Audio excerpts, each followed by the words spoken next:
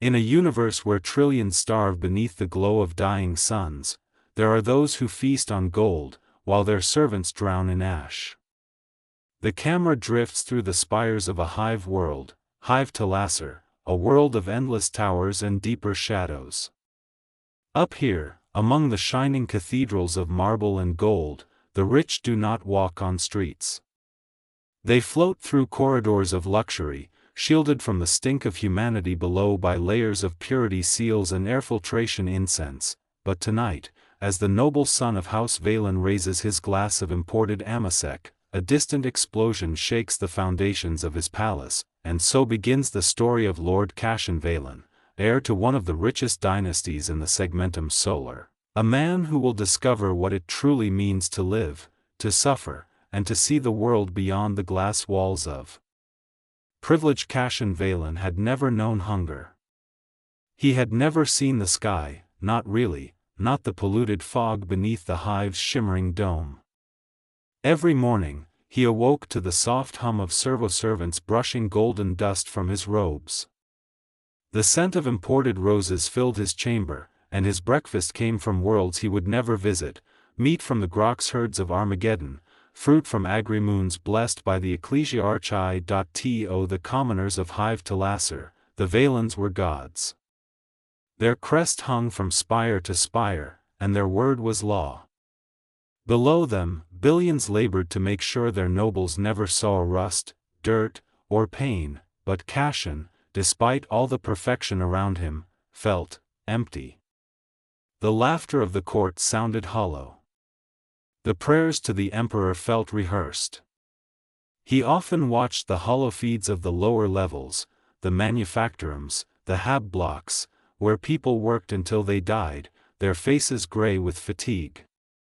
Something about those faces haunted him. His father, Lord Veylan the Elder, would never understand. Compassion, the old man sneered, is for those who can afford to be weak. Cassian's life was a clockwork performance of dinners, duels, and political games. Nobles flaunted their power like weapons, assassinations disguised as accidents, betrayals hidden under polite smiles. But one night, a single event cracked his world open. During a gala aboard the orbital palace, an explosion tore through the lower decks. Smoke flooded the crystal halls. Screams echoed. Servants ran for their lives, while the nobles, panicked, pushed them aside to reach the escape lifts. Cassian saw a young maid crushed beneath the chaos, reaching toward him. Her eyes, terrified, pleading, met his. He hesitated, then he helped her. He lifted her from the floor, carried her through smoke and fire, out into a maintenance shaft. They hid as alarms blared across the station. The maid, named Alara, was from the underhive. She spoke softly, in the low Gothic of the poor.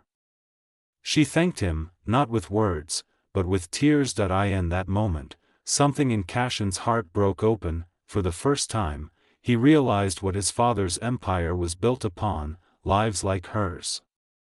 Lives crushed beneath gold. That night, as the station burned, Cassian swore he would see the world below, not as a noble, but as a man. And so, weeks later, under the cover of darkness, Cassian Veylan shed his title and descended into the underhive, where the rich never go, and where the true life of the Imperium beats like a dying heart. The underhive was another universe. The air was poison. The walls dripped with oil and decay. The light came from broken lumen strips flickering through centuries of dust.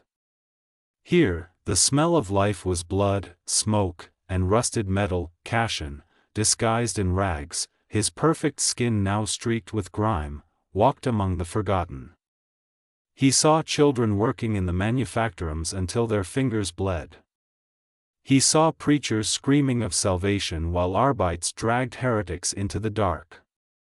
He saw men fight over scraps of protein paste. Alara guided him through it all. She showed him how the people lived, how they prayed to the emperor even as they starved.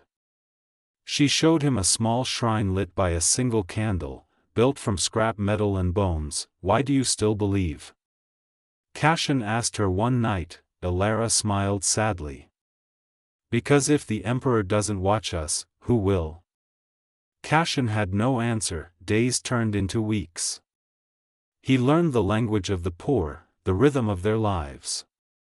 He worked beside them, pretending to be one of them. And yet, his noble upbringing haunted him. His hands shook when he held a tool, his body ached from labor, but through the pain, he found something he'd never known, purpose that he began secretly using his wealth, still accessible through coded accounts, to send food, medicine, and clean water to the hab blocks. He bribed the overseers, diverted supply lines. Small changes. Tiny sparks in the dark, until one day, the sparks caught fire. The administratum noticed the shortages. The Arbites came to investigate. Rumors spread of a ghost benefactor helping the poor. Talassar begged Cassian to flee, but he refused. If I run now, he said, then everything I've seen means nothing.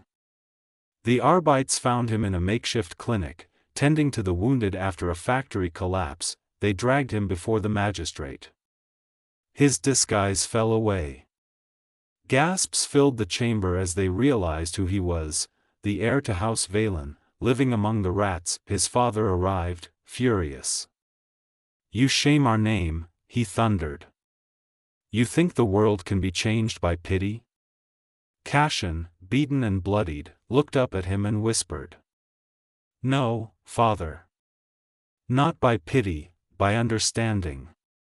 The court was silent. Later, when the dust settled, the Arbites made an example of him. He was stripped of all titles and exiled to the penal colonies, his wealth confiscated, his name erased from noble records, but the people of the underhive never forgot him. They told stories of the noble who walked among them, who gave up everything to help strangers. Shrines were built in secret, marked only with a single symbol, a gold hand, open to the poor, and somewhere, on a forgotten mining world, a prisoner labors under the dim light of a dying sun. His hands are scarred, his face weathered. But when others collapse beside him, he helps them rise. Cassian Veylan is no longer rich.